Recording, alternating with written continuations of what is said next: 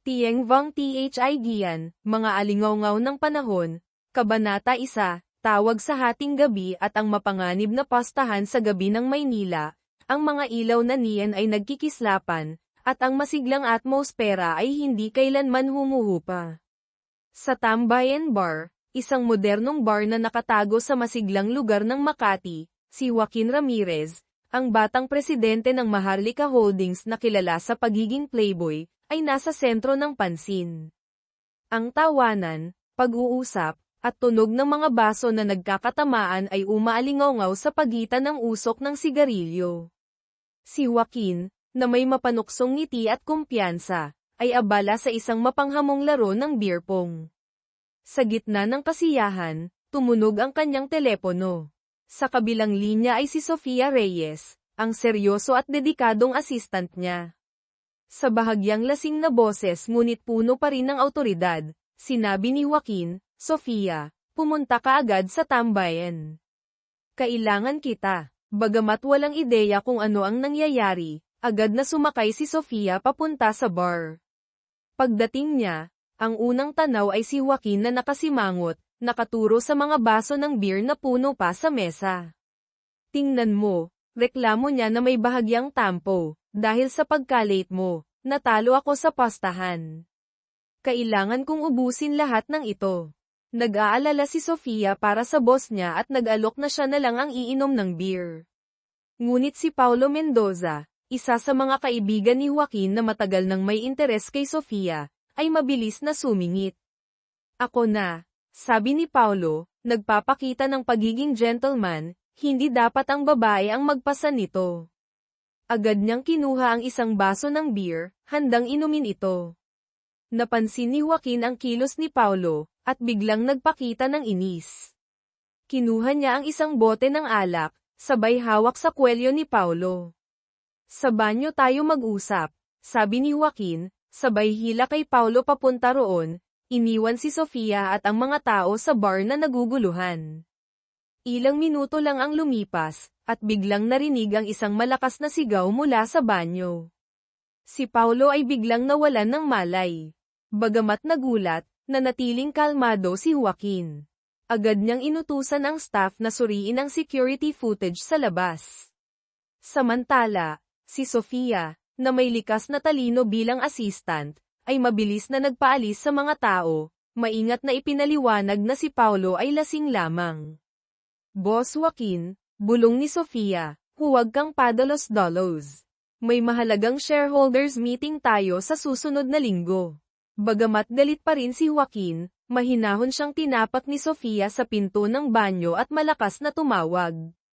Binuksan ni Joaquin ang pinto, na bahagyang kalmado na. "Assistant Reyes, huwag kang masyadong agresibo," biro niya, sabay baba ng boses, "si Paulo ay lasing lang, kaya nakatulog." Upang tulungan si Joaquin na makalabas sa sitwasyon, naisip ni Sofia na magpanggap si Joaquin na lasing. Kumuha siya ng natitirang alak, binuhusan si Joaquin ng kaunti, at sinabi, "Boss, magkunwari kang lasing. Mas ligtas tayong makakaalis." Sa ilalim ng impluwensya ng alak, nilakad ni Joaquin ang bar ng parang lasing, habang sinusuportahan siya ni Sofia. Pagdating sa kanyang marangyang bahay sa Forbes Park, tumakbo si Joaquin papunta sa kanyang kwarto, tila wala sa sarili. Nagpasya si Sofia na manatili sa sala upang siguraduhing magising si Joaquin para sa meeting kinabukasan. Samantala, sa ibang lugar, si Miguel Castro, isang malapit na tauhan ni Joaquin, ay nag-uulat sa telepono kay Don Ricardo, ang tiyuhin ni Joaquin na lihim na kalaban niya sa kumpanya. "Hindi gumana ang plano, Don. Ang Paulo na iyon ang nakainom ng alak na may gamot." Lumalabas na si Don Ricardo ay naglagay ng gamot sa alak upang mapahiya si Joaquin bago ang shareholders meeting. Alisin ang babaeng Sofia na iyon, malamig na utos ni Don Ricardo, at bantayan ng mabuti ang batang Joaquin. Huwag hayaan siyang makawala sa kontrol. Ngunit hindi alam ni Don Ricardo na kontrolado pa rin ni Joaquin ang sitwasyon. Matagal nang may hinala si Joaquin sa mga tao sa paligid niya, kaya't naglagay siya ng mga lihim na kamera.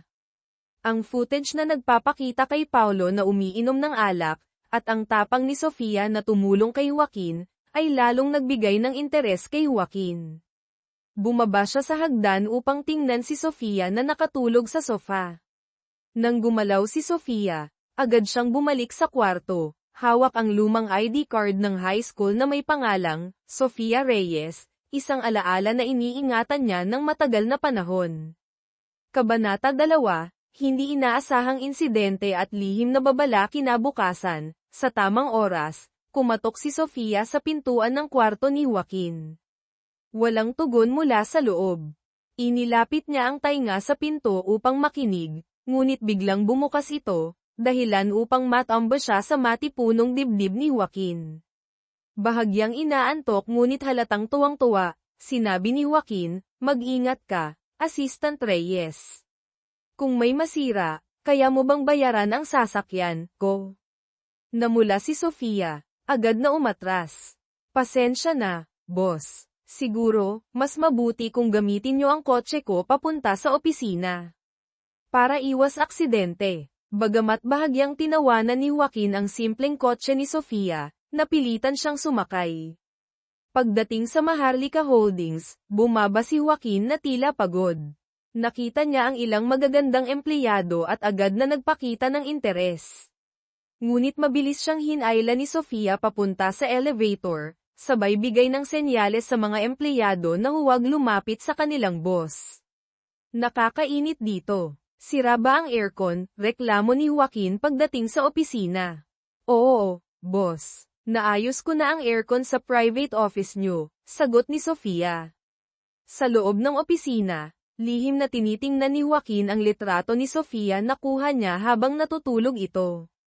Nang pumasok si Sofia upang mag-submit ng mga dokumento, kunwari siyang abala sa cellphone. "Basahin mo na lang ang file para sa akin," utos niya. Habang binabasa ni Sofia ang file, napansin ni Joaquin na tila pagod na ito.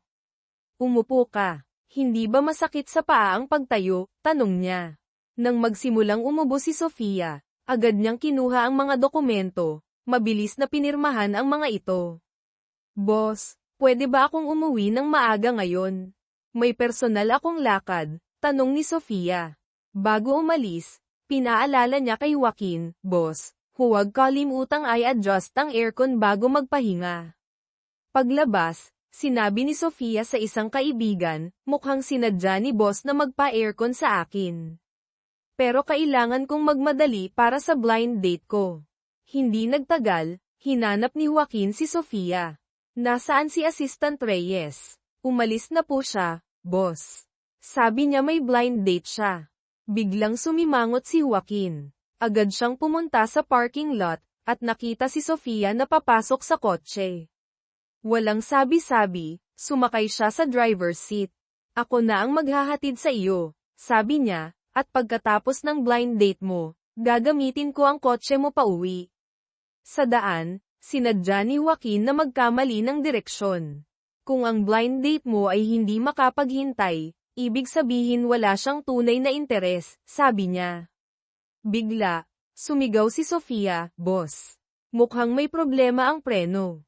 Sinubukan ni Joaquin na preno, pero patuloy na tumatakbo ang kotse.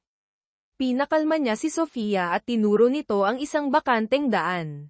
Walang ibang paraan, kaya't iniwas ni Joaquin ang kotse papunta sa bakod. Sa lakas ng impact, niyakap ni Joaquin si Sofia upang protektahan ito. Sa kabutihang palad, minor injuries lang ang natamo nila.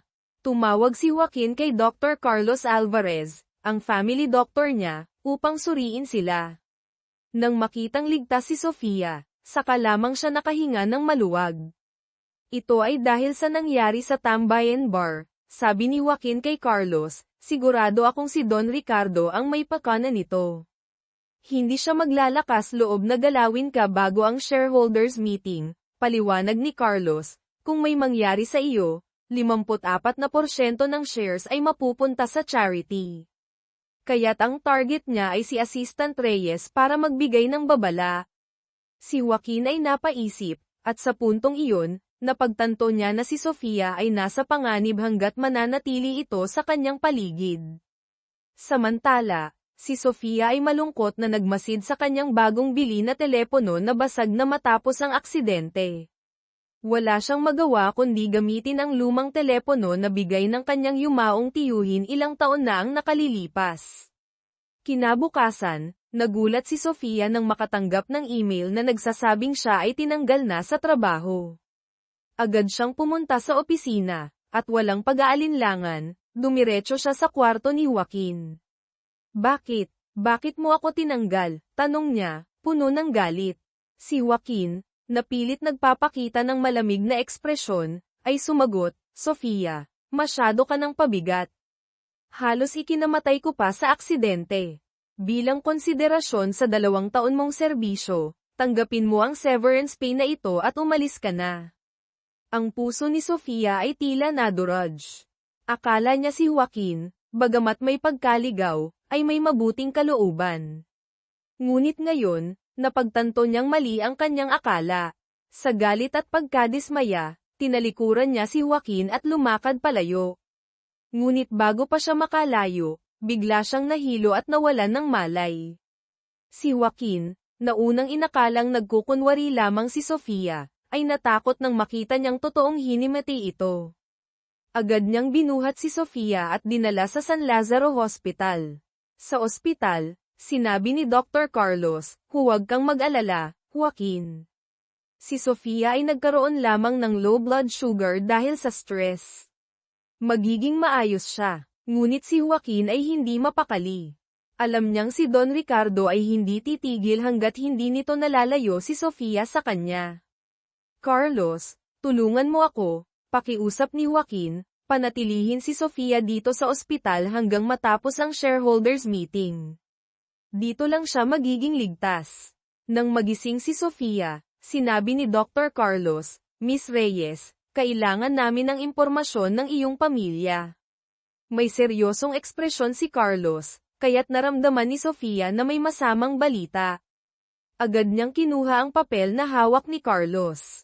Nabasa niya ang mga salitang, stage 4 na pancreatic cancer, na ikinagulat niya. Miss Reyes, hindi ito para sa iyo, agad na paliwanag ni Carlos, ito ay resulta ng ibang pasyente. Nagkamali lang ako ng hawak. Ngunit si Sofia ay naniniwala na siya ang may sakit. Ang kombinasyon ng pagkawala ng trabaho at ang maling akala tungkol sa kanyang kalagayan ay nagdulot ng matinding depresyon sa kanya. Biglang tumunog ang kanyang lumang telepono. Isang hindi pamilyar na boses ang narinig sa kabilang linya, Miss Reyes, ngayon ba ay ika-10 ng Marso, 2024? Naguguluhan, sinagot ni Sofia ang tanong. Ang boses ay nagpatuloy, Miss Reyes, pakinggan mo ito. Hindi ka may sakit, isa lamang itong pagkakamali, at higit sa lahat, huwag kang pumunta sa Marikit Lakeside Hotel sa Tagaytay para hanapin si Joaquin Ramirez sa ika-31 ng Disyembre, 2024. Bagamat kakaiba ang babalang iyon, hindi ito pinansin ni Sofia. Sa puntong iyon, mas iniintindi niya kung paano siya makakahanap ng pera para sa kanyang pagpapagamot. Kabanata 3, ang palpak na drama at ang pagbubunyag ng katotohanan. Habang si Sofia ay patuloy na nakikipaglaban sa sunod-sunod na pagsubok, si Joaquin naman ay nagpatuloy sa kanyang pagpapanggap bilang isang spoiled na playboy. Isang araw, nagpunta siya upang makipagkita kay Don Ricardo. Uncle Ricardo, reklamo ni Joaquin, gusto kong bumili ng pinakabagong supercar, pero ang mga accountant mo ay palaging nagbibigay ng problema. Ayaw nila aprobahan ang budget. Tumawa si Don Ricardo, sabay tapik sa balikat ni Joaquin, relax lang, bukas ipapadala ko ang kotse sa bahay mo. Ang kumpanya ay magiging iyo rin naman, dahil iniwan ito ng ama mo para sa iyo. Ang pera mo ay pera mo, hindi ba? Hintayin mo lang matapos ang shareholders meeting, at ikaw na ang opisyal na mamamahala sa Maharlika Holdings. Sino pa ang maglalakas loob na pigilan ka sa paggastos? Pero hindi ko alam kung makakapaghintay ako hanggang sa araw na iyon, buntong hininga ni Joaquin, tila nagdadrama. Noong nakaraan, muntik na akong mamatay dahil sa pagmamaneho ng assistant ko. Kaya galit na galit ako, tinanggal ko siya sa trabaho. para matuto siya. Napatigil si Don Ricardo, sinuri ang kilos ni Joaquin. Iniisip niya kung ang pamangkin ba niya ay talagang tanga o nagkukunwari lamang. Ang kanyang tauhan ay ulong, Don. Si Miguel Castro ay nasa tabi niya ng 11 taon, pero wala pa ring nakikitang kakaiba. Mukhang wala talagang laman ang utak ng batang ito. Bagamat may pagdududa si Don Ricardo, lalo siyang naging alerto nang malaman niyang binigyan ni Joaquin si Sofia ng malaking halaga bilang severance pay.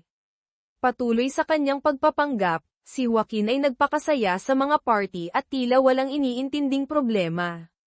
Sa isang marangyang pool party, biglang dumating si Sofia, puno ng galit. "Ibalik mo ang pera ko," sigaw ni Sofia. Ang mukha niya ay puno ng hinanakit. Ngumisi si Joaquin, sabay sabi, "Oh, tingnan mo kung sino ang nagpunta rito para magreklamo." Tumawag siya kay Miguel Castro, "Palayasin mo siya." "Joaquin," pakiusap, pagmamakaawa ni Sofia, habang tumutulo ang kanyang mga luha. Hindi siya pinansin ni Joaquin, tumalon siya sa pool at nagpatuloy sa pakikipaghalakhakan sa mga bisita. Sa gitna ng eksena, lumapit si Paulo Mendoza, na ngayon ay gumaling na, at inalok si Sofia ng trabaho bilang kanyang bagong assistant. Nakita ito ni Joaquin, kaya't lumapit siya sa gilid ng pool at tinawag si Sofia, "Halika rito." Nang makalapit si Sofia, ulong si Joaquin sa kanya, ngunit bigla niyang itinulak ang ulo ni Sofia sa tubig. Ubot-saksak si Sofia, ngunit ang kanyang mga mata ay puno ng galit. "May pancreatic cancer ako. Kailangan ko ng pera para sa pagpapagamot," sigaw niya, halos mawalan ng pag-asa. Natigilan si Joaquin sa sinabi ni Sofia, ngunit agad niyang ibinalik ang kanyang malamig na ekspresyon. "Hindi ko pinaniniwalaan yan. Ubusin mo ang bote ng alak na ito, at bibigyan kita ng pera." Bagamat nanginginig, kinuha ni Sofia ang bote ng alak at ininom ito ng walang pag-aalinlangan. Habang ginagawa niya ito, biglang bumalik sa alaala ni Joaquin ang isang mahalagang tagpo mula sa nakaraan. Noong araw ng pagkuha niya ng assistant, agad niyang nakilala si Sofia, ang batang kapitbahay na minsang kumatok sa kanyang pintuan noong siya ay nasa pinakamadilim na panahon ng kanyang buhay. "Pangako mo sa akin, Joaquin, huwag kang sisuko. Sa susunod na linggo, sabay tayong manood ng meteor shower, ha?" Ang inosenteng boses at determinadong tingin ni Nena, palayaw ni Sofia noong bata pa siya, ang nagligtas sa kanya mula sa kawalan ng pag-asa. Sa totoo lang, si Joaquin ay matagal nang naghihintay na muling makita si Sofia, kaya't sinadya niyang piliin siya bilang assistant. Matapos ubusin ni Sofia ang alak, tumayo siya nang nanghihina, at iniabot ang kamay niya kay Joaquin. "Nasaan ang pera?" tanong niya. "Wala akong pera," malamig na sagot ni Joaquin. Shot! Isang malakas na sampal ang dumapo sa mukha ni Joaquin, iniwan ang pulang marka. "Ang pagiging assistant mo ang pinakamalaking pagkakamali ng buhay ko," sigaw ni Sofia. Ang boses niya ay puno ng galit at hinanakit. "Ginamit mo ang mga credentials ko para lang i-translate ang manga na ginagamit mo sa panliligaw. Akala ko, medyo pabaya ka lang, pero hindi ka masamang tao. Pero mali ako. Kung maibabalik ko ang oras, sana hindi kita nakilala." Umalis si Sofia. Ang maliit na figura niya ay puno ng dignidad habang unti-unting naglalaho sa paningin ni Joaquin. Nanatili siyang nakatayo, tila pinutol ang puso niya sa sakit, ngunit pilit niyang pinanatili ang malamig na mukha. Nagpaalam siya sa party, gamit ang dahilan na susubukan ang kanyang bagong kotse. Agad na iniulat ni Miguel Castro ang insidente kay Don Ricardo. "Bantayan mo siya," utos ni Don Ricardo, "tingnan mo kung palihim siyang bumibisita kay Sofia." Sa loob ng kanyang bagong supercar, tumawag si Joaquin kay Carlos, maghanda ng ginger tea para kay Sofia. Uminom siya ng sobrang alak. Alam niyang pagkatapos ng insidente, mas lalong magbabantay si Don Ricardo kay Sofia. Alam niyang panahon na upang harapin ang matandang lobo. Napansin ni Joaquin na sinusundan siya ng sasakyan ni Miguel Castro. Bigla niyang hinarang ang kotse nito, hinayla si Miguel palabas, at binigyan ng malakas na suntok. Tumunog ang telepono ni Miguel, si Don Ricardo ang tumatawag. Agad na kinuha ni Joaquin ang telepono. Bakit mo pinapakialaman ang buhay ko at ni Sofia, Uncle Ricardo? Malamig na tanong ni Joaquin. Tumawa si Don Ricardo sa kabilang linya, puno ng kumpiyansa. Pamangkin, pagkatapos ng shareholders meeting, wala nang magagawa ang testamento ng ama mo para protektahan ka. At alam mo ba, ang pagkamatay ng ama mo, hindi iyon isang aksidente.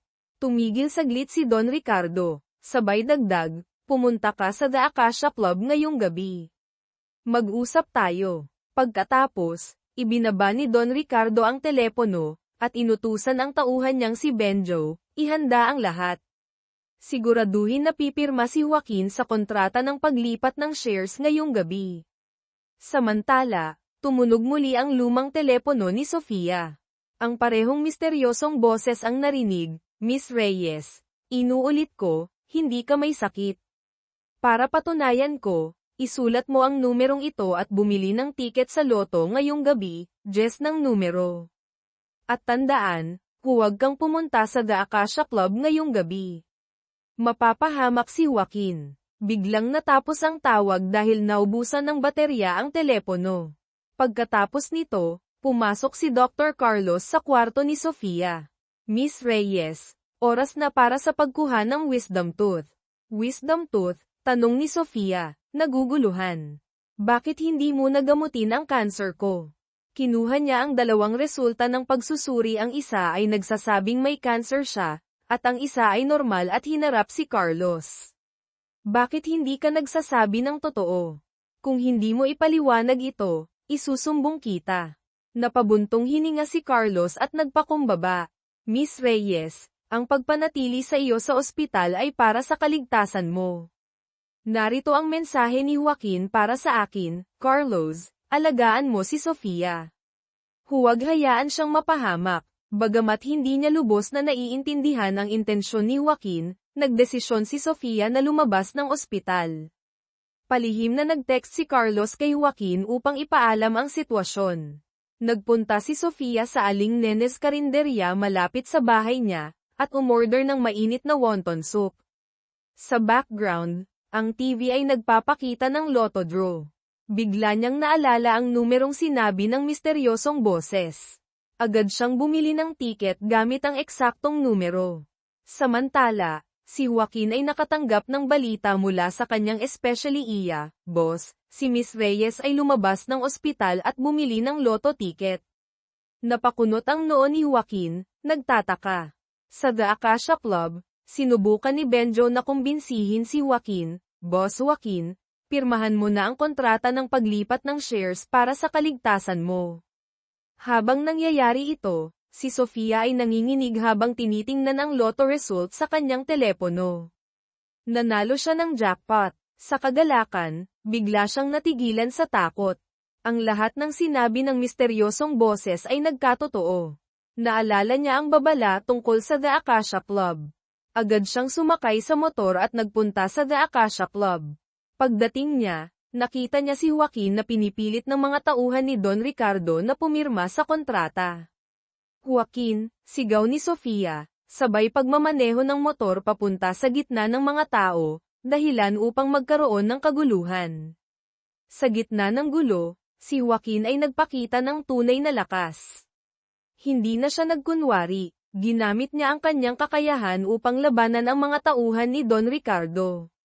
Sa huli, si Benjo ang pinagkakatiwalaang tauhan ni Don Ricardo ay biglang tumulong kay Joaquin. Boss, tumakas na kayo, sigaw ni Benjo. Si Benjo pala ay matagal ng tauhan ni Joaquin na naka-infiltrate sa grupo ni Don Ricardo. Hinayla ni Joaquin si Sofia palabas. Nakakita siya ng isang malaking motor na nakaparada. Sakay na, sigaw niya. Hinayla niya si Sofia, pinayakap ito sa kanya, at mabilis silang umalis. Sa likod, si Benjo ang humarang sa mga tauhan ni Don Ricardo. Sa daan, tumawag si Carlos kay Joaquin, nasa ligtas na lugar na si Andrea Lim, boss. Sinunod ko ang plano mo. Kabanata 4, ang katotohanan, pag-amin, At ang huling pagsusugal nang makarating na sila sa ligtas na lugar, tinitigan ni Sofia si Joaquin, puno ng pagdududa. Ano ba talaga ang tunay mong pagkatao, Joaquin Ramirez? Huminga ng malalim si Joaquin, bakas ang pagod sa kanyang gwapong mukha. Si Don Ricardo ay palaging nakamasid sa akin, parang gutom na tigre. Bago ko opisyal na makuha ang mga shares mula sa testamento ng aking ama, napilitan akong magpanggap bilang isang spoiled na playboy upang mapaluwag ang kanyang pagbabantay. Tumingin siya ng diretso sa mga mata ni Sofia, puno ng pagsisisi ang kanyang tono. Hindi ko inaasahan na ikaw ang magiging target niya. Ang pagkatanggol mo sa trabaho, ginawa ko iyon para sa iyong kaligtasan, upang hindi ka madamay. At paano naman ang aksidente sa kotse? Tanong ni Sofia, puno ng galit. Noong oras na iyon, malinaw na kaya mong umiwas, pero bakit mo sinadyang sumalpok sa bakod? Instinct iyon, pag-amin ni Joaquin, sa sandaling iyon, ang iniisip ko lang ay kung paano kita mailigtas sa anumang paraan. Niloko mo ako para malansi si Don Ricardo, hinala ni Sofia, naalala ang mga eksena sa mga drama na madalas niyang panoorin. Hindi, mabilis na pagtanggi ni Joaquin, ngunit hindi siya pinansin ni Sofia. Kung ganoon, bakit ka pa pumunta sa pulong ngayong gabi, kahit alam mong may balak si Don Ricardo? Tanong pa ni Sofia, hindi pa rin kumbinsido. Tahimik si Joaquin ng ilang saglit, bago tumingin ng diretso sa kanyang mga mata. Sa wakas, nagsalita siya, puno ng sinseridad, kung hindi ako pumunta, natatakot akong may masamang mangyari sa pinakamahalagang tao sa buhay ko. Wow, hindi ko akalain na si Dr. Carlos pala ang pinakamahalaga sa'yo, pabirong sabi ni Sofia, hindi may tatago ang sarcasm. Tumawa si Joaquin, ngunit agad naging seryoso ang kanyang ekspresyon. Sofia, lahat ng ginagawa ko ay para sa iyo. Mahal kita. Gusto kita. Napatigil si Sofia, tila nagulat, ngunit agad siyang tumawa ng mapait. Napakaluma na ng style mo, boss. Hindi mo na ako maloloko. Inilabas niya ang punit na loto ticket mula sa kanyang bulsa. Pero alam mo ba, dahil sa pagsagip sa'yo, nawala ang jackpot ko. Tinitigan ni Joaquin ang punit na ticket, at biglang bumalik sa kanyang alaala ang boses ni Nena, ang batang kapitbahay noong bata pa siya, na nagdala ng mainit na mangkok ng noodles at nagbigay ng pag-asa sa kanya sa panahon ng kawalan. Naalala niya kung paano siya hinayla ng batang iyon mula sa kadiliman ng depresyon. Babawi ako sa'yo, mariing sabi ni Joaquin. Nilabas niya ang laman ng kanyang wallet at bag, at iniabot kay Sofia ang isang bungkos ng pera. Sa ngayon, ito lang ang meron ako. Pagkatapos ng shareholders meeting bukas, pangako, babayaran kita ng higit pa. Pero bago ang lahat, Sofia, kailangan mo akong tulungan sa isang mahalagang bagay. Kinabukasan, sa shareholders meeting ng Maharlika Holdings, ang tensyon ay ramdam sa buong silid. Dumating si Sofia Reyes, hindi na ang simpleng assistant, kundi isang babaeng puno ng kumpiyansa at eleganteng kasama ni Joaquin Ramirez. Kasama rin si Andrea Lim, ang eksperto sa teknolohiya na pinagkakatiwalaan ni Joaquin. Nagpakita ng kumpiyansa si Don Ricardo, at inihayag na si Joaquin ay kusang loob na pumirma sa kasunduan ng paglipat ng lahat ng shares sa kanya. Nagpalabas pa siya ng video bilang ebidensya. Ngunit sa halip na patunayan ang kanyang sinasabi, ang video ay nagpakita ng eksena kung saan si Don Ricardo ay nakikipagsabuatan sa may-ari ng tambayan bar upang lasunin si Joaquin sa pamamagitan ng alak. Biglang tumayo si Joaquin at nagsalita sa harap ng mga shareholders. Mga mahal na kasamahan, aniya, ang video na ito, kasama si Benjo dito, at marami pang ebidensyang aking nakalap, ay sapat upang patunayan ang mga ilegal na gawain ni Don Ricardo, kabilang ang pang-aabuso sa pondo ng kumpanya at pag-angkin ng mga ari-arian nito. Dagdag pa niya, si Benjo, pati na rin ang ilang shareholders dito, ay sumusunod lamang sa huling habilin ng aking ama ang tulungan akong linisin ang pamunuan ng kumpanya. Sa gitna ng pagkabigla ng lahat, idineklara ni Joaquin, opisyal kong itinalaga si Andrea Lim bilang Director ng Research at Development, at si Sofia Reyes bilang Director ng Public Relations ng Maharlika Holdings. Sa sobrang galit, nawalan ng kontrol si Don Ricardo at itinuro si Joaquin. Ikaw, kailan mo nalaman ang lahat ng ito?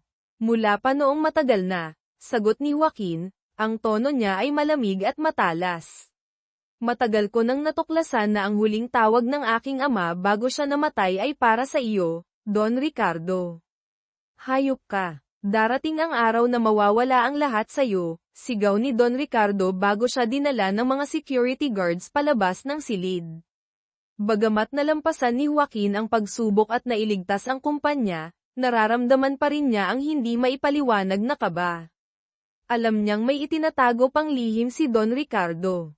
Lumapit si Carlos at tinapak ang balikat ni Joaquin. Alam mo, tinanggal mo siya sa trabaho, tapos sinira mo pa ang jackpot ticket niya. Dapat lang na mag-isip ka ng paraan para bumawi. Napangiti ang doktor at nagbiro. Subukan mong painumin si Sofia ng alak, tapos ikwento mo ang buhay mo sa ilalim ng pangil ni Don Ricardo. Malay mo, maawa siya sa'yo. Ngunit umiling si Joaquin. Alam niyang kailangang maging totoo siya kay Sofia. Kailangan niyang ipaalala sa kanya kung sino siya, kung ano ang koneksyon nila noon. Biglang tumawag si Benjo. Boss, may sasakyang hindi kilala na humarang sa mga pulis at iniligtas si Don Ricardo. Napakunot ang noo ni Joaquin. Mukhang ang puwersa na sumusuporta kay Don Ricardo ay mas malakas kaysa sa inaakala niya. Kabanata 5, mga nakalimutang alaala at bagong hinaharap. Dumating si Sofia sa opisina ni Joaquin, inilapag ang kanyang resignation letter sa mesa. Director ng Public Relations, ikaw ang nagdedesisyon sa lahat, mula sa pagtanggal sa trabaho hanggang sa pag-a-appoint, nang hindi man lang kinukonsulta ang opinyon ko. Nagpakita ng pag-aalala si Joaquin. Sofia, patawarin mo ako kung nasaktan kita. Nakita ni Sofia ang sinseridad sa mga mata ni Joaquin, kaya't medyo lamambat ang kanyang puso. Sige, pansamantala kitang pinapatawad. Mag-ingat ka, babala ni Joaquin, nakatakas na si Don Ricardo. Sa daan pa uwi, dumaan si Sofia sa Aling Nene's karinderya. Masayang ibinalita ni Aling Nena na nanganak na ang kanyang manugang. Biglang tumunog ang lumang telepono ni Sofia. Muli, narinig niya ang misteryosong boses. Sa pagkakataong ito, ang boses ay nagbigay daan kay Aling Nena na makipag-usap sa kanya mula sa kabilang linya. Sofia, apo, bumisita ka naman sa pamangkin mo, 1 taong gulang na siya, masayang sabi ni Aling Nena. Napahinto si Sofia, tila nanigas. Ang misteryosong boses. Iyon pala ay si Joaquin Ramirez mula sa hinaharap, taong 2025. Ang lumang telepono na ito, sa hindi maipaliwanag na paraan, ay nakakonekta sa 2 magkaibang timeline. Hindi ko pwedeng sabihin ang lahat, mabilis na sabi ni Joaquin ng 2025. Araw-araw, 1 beses lang ako pwedeng tumawag, eksaktong 12:00 ng tanghali. Sofia, huwag kang aalis sa Maharlika Holdings. Doon ka ligtas. Biglang naputol ang tawag. Nagdesisyon si Sofia na ipagpatuloy ang kanyang trabaho sa Maharlika Holdings. Sinimulan niyang baguhin ang imahe ni Joaquin, tinulungan siyang pumili ng mga damit na mas propesyonal at angkop para sa mga panayam. Anong gusto mo pang baguhin sa akin? Tanong ni Joaquin, habang malumanay siyang nakatingin kay Sofia. Kailangan mas malapit ang imahe mo sa publiko, sagot ni Sofia. Simulan natin sa estilo ng pananamit. Naging headline sa mga pahayagan ang balita tungkol sa opisyal na pag-upo ni Joaquin Ramirez bilang presidente ng Maharlika Holdings. Ang kanyang bagong imahe mas maayos, propesyonal, at puno ng potensyal ay naging usap-usapan. Ipinahayag ni Joaquin ang kanyang plano na mag-focus sa pananaliksik at pag-develop ng quantum communication technology, isang ambisyosong larangan na naglalayong lampasan ang limitasyon ng oras at espasyo. Upang mas maipakita ang kanyang pagiging pangkaraniwan, dinala ni Joaquin si Sofia sa isang lugar kung saan sila nagmasid ng mga halaman at isda. Itinuro niya ang isang puting loro sa loob ng hawla. Tingnan mo ang ibon na ito. May naaalala ka ba? Natawa si Sofia. Parang katulad ng Makita, na kaluluwa ng boss ko. Pinilit niyang mag-pose si Joaquin sa tabi ng hawla upang kuhanan ng litrato bilang bahagi ng PR materials. Pagkatapos, nagpaalam si Sofia na mauuna nang umalis. Habang palihim na sinusundan ni Joaquin si Sofia, tinawagan niya si Carlos. Bakit kaya hindi niya naalala ang puting loro noong bata pa siya? Pare-pareho lang naman ang itsura ng mga puting loro sa mundo, sagot ni Carlos, na tila walang pakialam. Nakita ni Joaquin si Sofia na nakaupo sa isang kafe kasama si Ethan David, ang lalaki mula sa Blind Date dati, na isa ring empleyado ng Maharlika Holdings. Narinig niya ng bahagya si Ethan na sinasabi na may iniibig siyang ibang babae ngunit hindi siya tanggap ng pamilya nito, kaya't nais niyang makiusap kay Sofia na tumulong sa pagpapanggap. Biglang nag-init ang dugo ni Joaquin. Tingnan mo, talagang karibal, bulong niya kay Carlos sa telepono. Kung ganoon, sabihin mo na ang nararamdaman mo. Huwag kang magtago, parang asawang nahuli ang asawa sa akto, sagot ni Carlos, tila ng asar. Naglakad si Joaquin papunta sa mesa ni Sofia, ngunit biglang nagring ang kanyang telepono. Tumanggap siya ng mensahe mula kay Sofia, "Boss, pakisuot ang salamin mo.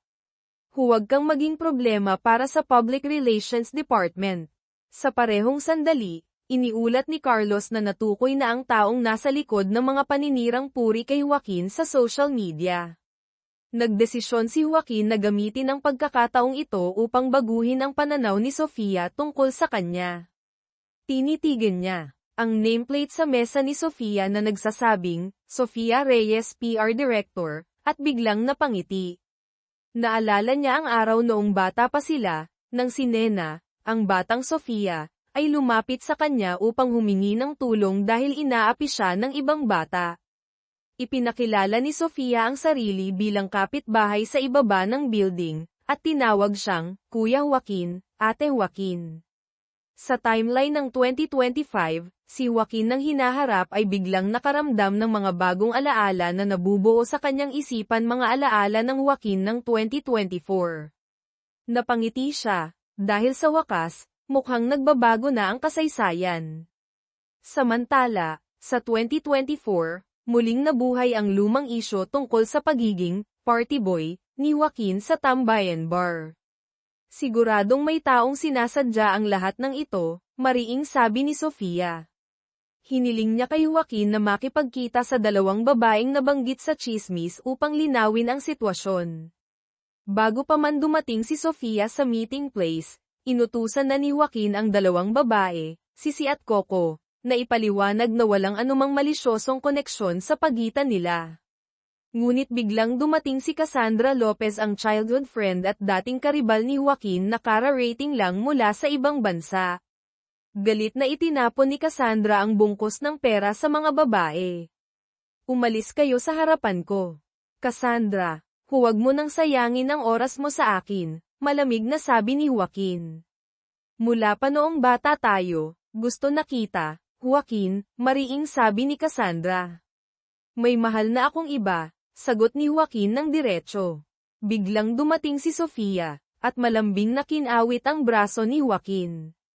"Mahal, bakit mo hinarap ang dalawang babaeng ito nang hindi sinasabi sa akin?" Tumawa ng mapait si Cassandra. "Kung magpapanggap, gawin ninyong maayos, Joaquin. Sinabi ko sa boyfriend ko na makipagkita sa kanila upang tuluyang tapusin ang anumang koneksyon," sagot ni Sofia ng may kumpiyansa. "Hindi pa rin ako kumbinsido," sagot ni Cassandra, na may ngiti ng pang-aasar. "Bakit mo hinahayaan ang girlfriend mo na magsuot ng sapatos na mukhang fake?" Hindi natinag si Sofia. "Alam mo ba, ang pagbibigay ng sapatos ay may ibig sabihin tiyak na paghihiwalay. Kaya hindi ko hinahayaan ang boyfriend ko na bumili ng sapatos para sa akin." Ngumiti si Joaquin habang tinitingnan si Sofia, at ipinakilala siya, "Ito si Sofia Reyes, ang assistant ko. Hindi pa namin ipinapahayag ang relasyon namin sa kumpanya dahil ayaw naming maapektuhan ng mga tsismis.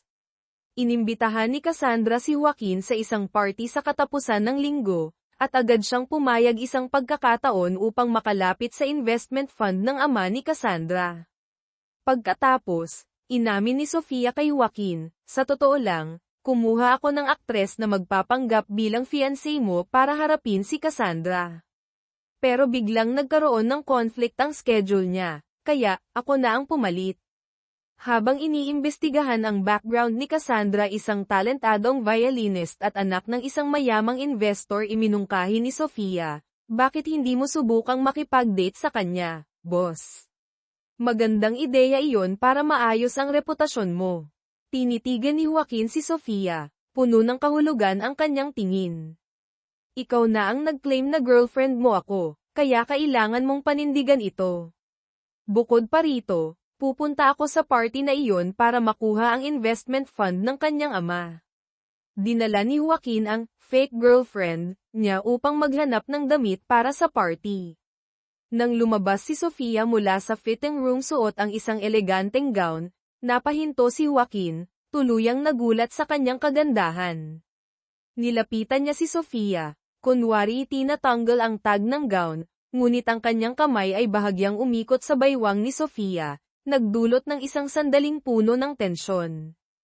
Naalala ni Joaquin ang kahulugan ng tiyakan sa pagbibigay ng sapatos, kaya't nagdahilan siya na ang gown ay masyadong mahal upang bilhin. Ngunit nagmatigas si Sofia, ayaw niyang magpalit ng ibang gown. Tinitigan siya ni Joaquin, at biglang nagkaroon ng isang matapang na ideya. Kabanata 6, ang laro ng pusa't daga at bulong ng nakaraan. Sinubukan ni Sofia na tumayo mula sa upuan, ngunit bahagyang nawalan siya ng balanse dahil sa kanyang sapatos na mataas ang takong. Agad siyang inalalayan ni Joaquin. Ako na, sabi niya, sabay yuko upang maingat na tanggalin ang sapatos ni Sofia. Pinalitan niya ito ng flat shoes na inihanda niya. Sino ang mag-aakala na ang bad boy na presidente ay may ganitong malasakit, iniisip ang pagod ni Sofia sa pagsusuot ng high heels. Sa marangyang party ni Cassandra Lopez, ramdam ang tensyon nang dumating sina Joaquin at Sofia. Ipinukol ni Cassandra ang isang malamig na tingin sa kanila, ngunit hindi may tatago ang bahagyang inis sa kanyang mga mata. Isang maliit na regalo para sa iyong pagbabalik, sabi ni Joaquin habang iniaabot ang isang bote ng mamahaling alak. Si Sofia mismo ang pumili nito. Ngumiti si Cassandra ng formal. Kung ganoon, Sofia, samahan mo ako sa pagputol ng cake. Pasensya na, hindi pwede. Magalang na pagtanggi ni Joaquin. Allergic ang girlfriend ko sa mga dekorasyong bellflower sa cake. Nagsimula ang bulungan ng mga bisita sa paligid. Si Reyes talaga, napaka-strategic. Pati boss niya, nakuha niya. Narinig ni Joaquin ang mga usapan at tumalikod, nagsalita ng malakas upang marinig ng lahat, sa halip na magtanong kung bakit ang isang babaeng mabuti tulad ni Sofia ay nakipag-date sa isang tulad ko. Tanungin ninyo ang sarili ninyo kung kailan kayo huling kumita ng ₱1 ng patas, sa halip na umasa sa pamilya ninyo. Ang tingin niya ay matalim habang iniikot ang paningin sa mga tao. Nagpapanggap kayong moralista, pinapuna ang girlfriend ko na mahal ang pera. Bawat peso na kinikita ni Sofia ay bunga ng kanyang pagsisikap. Sa totoo lang, sana mas maging interesado siya sa pera ko, para may dahilan akong umasa sa kanya. Sa relasyon na ito, ako ang kailangang magpursige upang maabot si Sofia Reyes. Hinailan niya si Sofia palapit, inilagay ang kamay sa baywang nito. Opisyal kong ipinapahayag, si Sofia Reyes ang girlfriend ni Joaquin Ramirez. Pagkatapos ng pahayag, hinailan ni Joaquin si Sofia palabas ng party, iniwan ang mga bisita na tulala. Pagdating sa sasakyan, tumingin si Joaquin kay Sofia, puno ng sinseridad ang boses. Sofia, patawarin mo ako sa mga nangyari dati. Umiling si Sofia, ngumiti ng magaan. Wala na iyon. Tapos na tayo doon. Biglang lumapit si Don Rafael Lopez, ama ni Cassandra. Joaquin, narinig ko na mayroon kang bagong girlfriend. Magandang gabi, Don Lopez, magalang na bati ni Joaquin. Lumapit din si Cassandra, pilit na nakikipag-usap kay Sofia. Sa hindi inaasahang pagkakataon, isang tagahanga ni Cassandra ang lumapit kay Sofia at humiling na kuhanan siya ng litrato. Ngunit ang tagahanga ay mayabang at bastos, pinilit si Sofia na lumuhod upang makuha ang perfect angle. Hindi pa man nakakagalaw si Sofia, nagsalita na si Cassandra, puno ng awtoridad, "Sino ka para utusan ang tao ko ng ganyan?" Pinaalis niya ang tagahanga, pagkatapos ay tumingin kay Sofia, may halong komplikadong emosyon. "Inaamin kong gusto ko si Joaquin. Pero ayoko ng mababang paraan. Gusto ko siyang makuha ng patas." Nang sila na lang ang magkasama, tumunog ang lumang telepono ni Sofia. Muli, narinig niya ang pamilyar na boses mula sa hinaharap. "Sofia, nasaan ka?" "Malapit ako sa Marikit Lakeside Hotel," sagot ni Sofia. "Umalis ka dyan kaagad," sigaw ni Joaquin ng 2025, puno ng takot sa boses. "At tandaan, huwag mong ipaalam ang tungkol sa teleponong ito kahit kanino." Biglang naputol ang tawag. Sa kabilang banda, si Joaquin ay nakikipag-usap kay Don Rafael. "Pasensya na po kung hindi ako nakadalaw nitong mga nakaraang buwan. May mga taong sinusubaybayan ako." Tumango si Don Rafael, ang matalik na kaibigan ng ama ni Joaquin. "Alam kong gusto mong ipagpatuloy ang pananaliksik sa quantum communication para tuparin ang pangarap ng ama mo. Sabihin mo lang kung may kailangan ka." Habang naghihintay sa sasakyan, napansin ni Sofia si Don Ricardo na palihim na pumapasok sa lugar ng party. Agad niyang naramdaman ang panganib at tinawagan si Joaquin, ngunit hindi ito sumagot. Nagdesisyon si Sofia na hanapin siya. Sa hindi inaasahang pagkakataon, nakasalubong niya si Don Ricardo malapit sa swimming pool na tahimik. Nakita siya ni Don Ricardo, at agad nagpakita ng malupit na intensyon. Walang sabi-sabi, hinablat siya ni Don Ricardo, itinulak sa tubig, at kinuha ang kanyang bag bago tumakas. Sa timeline ng 2025, si Joaquin ng hinaharap ay gumagamit ng isang espesyal na kagamitan upang makita ang mga nangyari sa nakaraan. Nakita niya ang sarili niya, Joaquin ng 2024, na tumalon sa swimming pool upang iligtas si Sofia. "Nagbago na ang kasaysayan," sigaw niya, puno ng tuwa. Ngunit biglang dumating ang masamang balita mula kina Carlos at Andrea, Sofia. 1 taon na siyang patay, Joaquin. Naaksidente siya sa bahay noong Marso taong 2024. Nanlumo si Joaquin. 2 oras na lang ang natitira bago ang eksaktong oras ng trahedya ni Sofia ayon sa lumang timeline. Kailangan niyang gumawa ng paraan. Balik sa 2024, dinala ni Joaquin si Sofia sa San Lazaro Hospital. Sa kabutihang palad, bahagya lang siyang nalunod at nakaranas ng matinding takot. Dumating si Andrea upang bisitahin siya, dala ang video mula sa CCTV malapit sa swimming pool, na hindi napansin ni Don Ricardo, na nagpapakita kung paano iniligtas ni Joaquin si Sofia. Ang lahat ng pangunahing kamera sa paligid ng pool ay sinira ng sinadya, sabi ni Andrea. Si Don Ricardo ang may kagagawan, mariing sabi ni Sofia. Kinuha niya ang bag ko. Nandoon ang lumang telepono na napakahalaga. Hiniling niya kay Andrea, pwede mo bang kunin ang telepono sa sasakyan ni Joaquin? Kailangan kong tumawag sa isang tao. Habang nasa parking lot, ginamit ni Andrea ang kanyang talino sa teknolohiya upang makuha ang telepono. Nakita niya ang lumang telepono at, dala ng curiosity, sinagot ang tawag. Pagkatapos ng ilang segundo, nag-iba ang ekspresyon ni Andrea. Sa bahay ni Sofia, dinala siya ni Joaquin upang magpahinga. Bakit ka bumalik sa hotel ng mag-isa? Tanong ni Joaquin, halatang nag-aalala. Natakot ako na baka ikaw ang mapahamak. Mahina niyang sagot. Biglang tumawag si Andrea gamit ang telepono ni Carlos. Joaquin. Ang tumawag sa lumang telepono ni Sofia, sinabi niya na kailangang sabihin mo sa kanya, huwag umuwi ngayong gabi. Nagulat si Joaquin, tumingin sa paligid ng apartment ni Sofia. Napansin niya ang isang anino sa labas ng bintana. Agad siyang pumasok, ngunit nakatakas na ang hindi kilalang tao, iniwan ang kwarto na magulo. Sa takot para sa kaligtasan ni Sofia, dinala niya ito sa kanyang bahay sa Forbes Park upang pansamantalang tumira. Andrea ibinalik ang sasakyan kay Joaquin at inabot ang lumang telepono kay Sofia. Kaibigan mo, anong sinabi niya? Tanong ni Sofia na may halong pagkamausisa kay Andrea.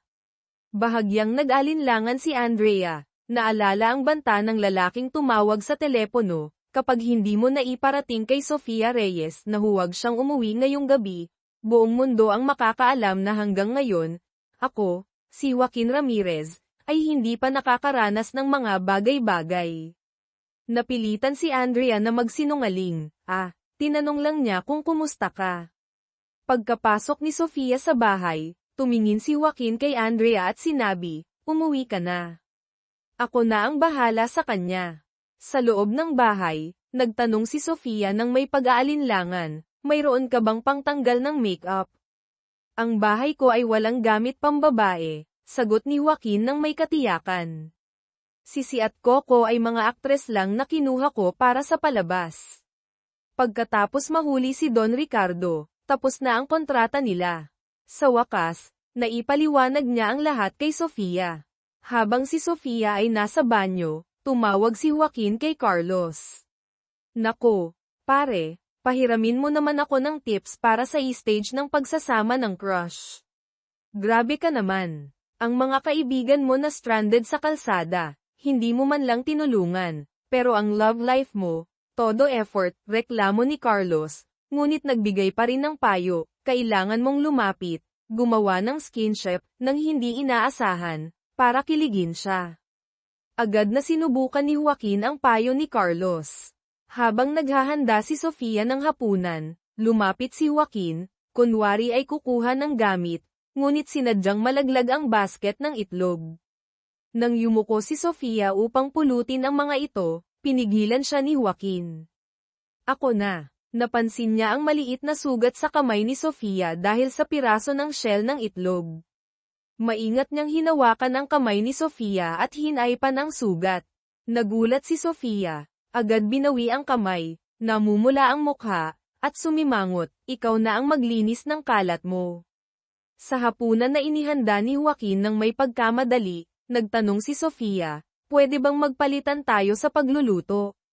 Hindi pinapayagan ng pamilya ko ang mga babae na magluto, sagot ni Joaquin, ngunit idinagdag, ito ang unang beses na nagluto ako sa bahay. Natawa si Sofia, bakit kailangan mong i-emphasize ang unang beses? Pati na rin ang pagiging unang babae na natulog sa bahay mo.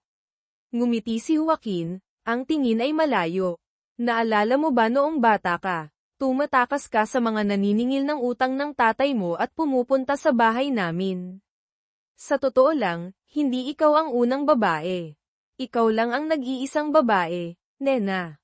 Napahinto si Sofia. Nena, siya. Salamat, Kuya Joaquin, bulong ni Sofia. Dahil palagi mo akong pinoprotektahan.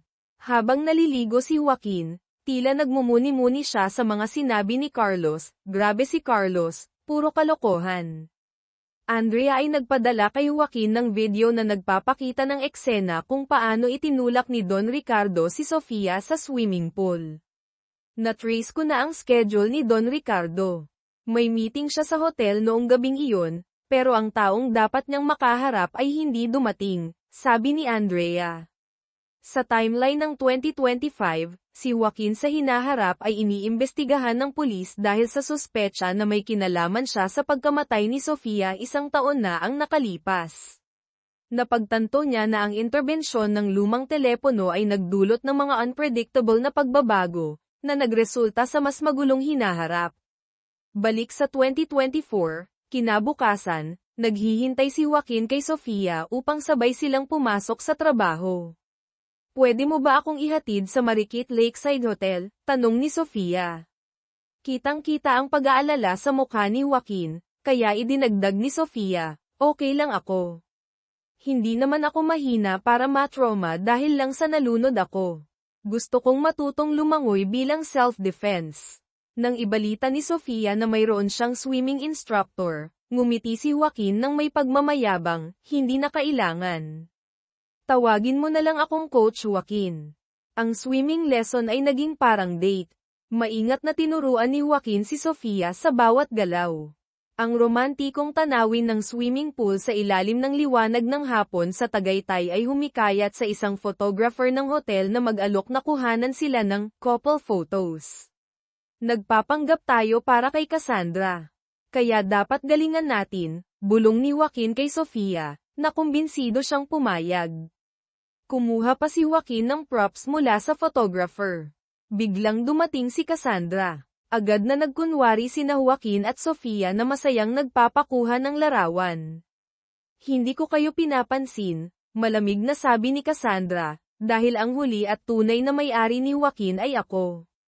Dahil dito, si Joaquin ay nagkaroon ng fucky wedding photos, kasama ang kanyang assistant na si Sofia. Sa lobby ng hotel, nagkasalubong sila ni Ethan David, BFM. Agad na hinawakan ni Joaquin ang balikat ni Sofia, nagpapakita ng pagiging sweet. Oh, Ethan, napaka-coincidental. Nandito kami ng girlfriend ko para mag-relax. Dahil sa sitwasyon, napilitan silang manatili sa hotel ng isa pang gabi.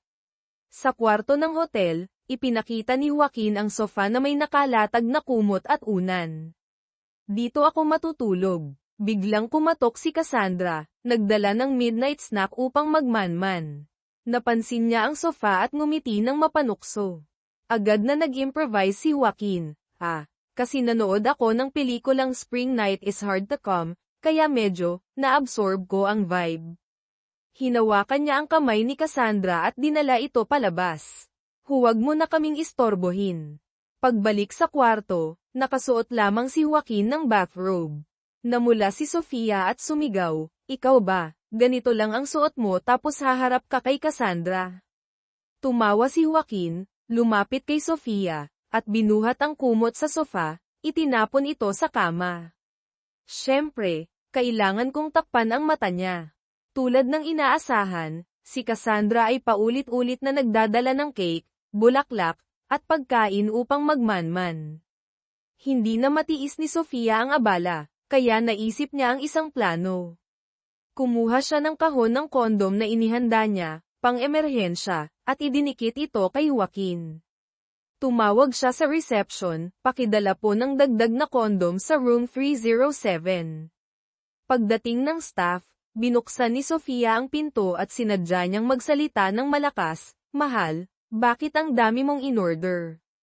Pagkatapos ay isinara ang pinto ng malakas. Napatingin si Joaquin kay Sofia, tumawa, at mahinang hinaplos ang buhok nito. Assistant Reyes, ikaw ang tunay na master. Kabanata 7, ang peke at ang pangako sa gabi ng mga alitaptap pagdating sa opisina, sinabi ni Sofia kay Joaquin, hintayin mo akong mauna sa itaas, para maiwasan ang tsismis ng mga kasamahan. Sa isang mahalagang pulong, inanunsyo ni Joaquin na matagumpay niyang napagkasunduan ang investment fund ni Don Rafael Lopez. Sa wakas, opisyal nang sisimulan ang proyekto sa quantum communication. Eksaktong 12:00 ng tanghali, pumunta si Sofia sa isang tahimik na sulok ng pasilyo, naghihintay ng tawag mula sa hinaharap. Ngunit nanatiling tahimik ang telepono. Sa halip, nakatanggap siya ng mensahe mula kay Ethan David, Sofia. Magkita tayo mamaya sa Aling Nena, okay? Habang walang tawag mula sa taong misteryoso, biglang naalala ni Sofia ang insidente sa hotel. Naamoy niya ang banayad na halimuyak ng bellflower sa katawan ni Don Ricardo habang inaatake siya nito. Ang parehong halimuyak na iyon ay naramdaman niya rin sa kanyang apartment na nilinis matapos itong halughugin. Posible kayang, hinahanap ni Don Ricardo ang teleponong ito na may kakayahang maglakbay sa oras. Narinig niya ang tawag ni Joaquin, kaya dali-dali niyang itinago ang telepono. Sa pagmamadali, aksidente niyang natapon ng isang baso ng tubig, at ang mga bubog nito ay humiwa sa kanyang paa, na nagdulot ng pagdurugo. Agad siyang binuhat ni Joaquin papunta sa klinik upang gamutin ang sugat. Kinabukasan, pumunta si Sofia sa Aling Nena. Bukod sa pagbigay ng regalo para sa binyag ng apo ng may-ari, hinihintay din niya si Ethan. Biglang tumunog ang lumang telepono. Sino ka? Tanong ni Sofia ng diretso. Paano mo nalalaman ang hinaharap? Pumunta ka sa atak ng lumang bahay, room 307, sagot ng pamilyar na boses. Napahinto si Sofia. Ang lugar na iyon ay ang dating bahay ni Kuya Joaquin noong bata pa siya. Naalala niya ang mga araw na tumatakas siya sa mga nagpapautang ng kanyang ama at nagpapanggap bilang nakababatang kapatid ni Kuya Joaquin para makituloy. Kuya Joaquin, nasaan ka sa oras na ito? Tanong niya, ngunit biglang naputol ang linya. Bumalik ang mga alaala. Sa unang pagkikita nila, nakita ni Sofia, na noon ay si Nena, ang bote ng sleeping pills sa mesa ni Joaquin. Mula noon, palagi niyang hinahanap ng paraan para manatili sa bahay upang bantayan si Kuya Joaquin. Palihim niyang pinalitan ang mga sleeping pills ng mga sticky note na may nakasulat na mga simpleng mensahe ng pag-asa. Takot siyang mawala ang nag-iisang Kuya Joaquin na itinuring niyang pamilya. Ngumiti si Sofia, naniniwala siyang malapit lang si Kuya Joaquin sa kanya. Dumating si Ethan at kinausap si Sofia, Sofia, tulungan mo ako sa huling pagkakataon. Pagkatapos nito, sasabihin ko na ang totoo sa pamilya ko. Ipinakita niya ang kanyang promotion mula branch office patungo sa main office. Pagbubutihin ko pa para mapansin ako ng babaeng gusto ko. Sa timeline ng 2025, natanggap ni Joaquin sa hinaharap ang mga larawan ng sweet moments nila ni Sofia noong 2024. Mapait siyang ngumiti. Hinangaan niya ang sarili niyang bersyon sa nakaraan na nagawa ang mga bagay na hindi niya nagawa. Ang pakikialam ko sa nakaraan, bulong niya sa sarili, ay para may paranas kay Joaquin noong 2024 ang mga sandali ng kaligayahang hindi ko naranasan. Para maimbestigahan ang pagkamatay ng kanyang ama, naging malamig siya at itinulak si Sofia palayo. Ang huling beses na nakita niya si Sofia ay sa engagement party, na kalaunan ay nalaman niyang peke nila. Hindi niya maintindihan kung bakit naroon si Sofia at kung paano siya biglang namatay sa kanyang sariling bahay pagkatapos nito. Noong 2024, iniulat ni Andrea kay Joaquin, tapos na ang kontrata sa investment fund. Nagdesisyon si Joaquin, gagawin natin ang research sa lumang pasilidad sa Rizal, kung saan dati nag-eeksperimento ang tatay ko. Ang lugar na iyon ay liblib at tahimik. Ngumiti siya ng may kumpiyansa. Sa tingin ko, iyon ang tamang lugar para akitin si Don Ricardo at mahuli siya. Nag-alala si Andrea, ang plano bang ito, hindi kaya magdulot ng maling impresyon kay Sofia? Panahon na, sagot ni Joaquin ng matatag. Panahon na para malaman niya ang tunay kong pagkatao. Samantala, sinusubukan ni Sofia na alamin kung sino talaga ang Kuya Joaquin niya. Mas pinaniniwalaan niyang si Ethan ang taong iyon, dahil sinabi nitong kumain siya ng wonton sa aling nena noong bata pa siya. Kinagabihan, umuwi si Joaquin at nakita si Sofia na nagdodrawing ng pangalan niya sa papel, ngunit may guhit na tumatawid dito. Patuloy mo pa rin ba akong itinatanggi? Tanong ni Joaquin, may halong sama ng loob. Kahit na ginawa ko na ang lahat para sa'yo. Ang guhit na ito, may ibang kahulugan, sagot ni Sofia, medyo nahihiya. Kinuha ni Joaquin ang lapis, isinulat ang pangalan ni Sofia sa tabi ng pangalan niya, at gumawa ng perpektong pares sa papel. Tinitigan niya ito ng matagal. Hiniling ni Sofia kay Joaquin na magluto ng hotpot kinagabihan. Pagkatapos ng trabaho, sinadya ni Joaquin na mag-order ng espesyal na wonton mula aling nena para kay Sofia. Nang makita ni Sofia ang pamilyar na wonton, biglang dumating si Ethan at binati siya. Inalok din ni Ethan si Sofia na kumain ng hotpot, ngunit tumanggi si Sofia dahil may plano na siya kasama si Joaquin. Iniisip niya, tiyak na si Ethan ang Kuya Joaquin, na palihim na nagpadala ng espesyal na pagkain para sa kanya. Kinagabihan, maingat na inihanda ni Joaquin ang isang masaganang hotpot. Masaya si Sofia at nagkwento, ngayong araw, sobrang saya ko. Pakiramdam ko, natagpuan ko na ang matagal nang nawawalang kaibigan ko. Palihim siyang bumili ng espesyal na pagkain para sa akin. Masayang-masaya si Joaquin. Sa wakas, naalala na siya ni Sofia. Nagkunwari siyang walang pakialam. Bukas, dalhin mo na ang pasaway kong loro para ipaayos, ha? Kinagabihan, lihim na tinuruan ni Joaquin ang loro na paulit-ulit na banggitin ang palayaw ni Sofia noong bata pa siya, Nena. Nena. Kinabukasan, iniabot ni Joaquin ang loro kay Sofia. Habang naghahanda siyang umalis, pinatigil siya ng guard para ayusin ang parking ng kotse. Iniwan ni Sofia ang hawla ng loro sa gilid ng kalsada pansamantala. Dumaan si Ethan at nagtanong, "Oh, Sofia, nandito ka rin pala. Bumibili ako ng pagkain para sa mga ibon." Biglang sumigaw ang loro mula sa hawla, "Nena! Nena!" Napahinto si Sofia, tumitig kay Ethan. Tiyak na siya ang Kuya Joaquin. Ngunit hindi muna niya ito inamin.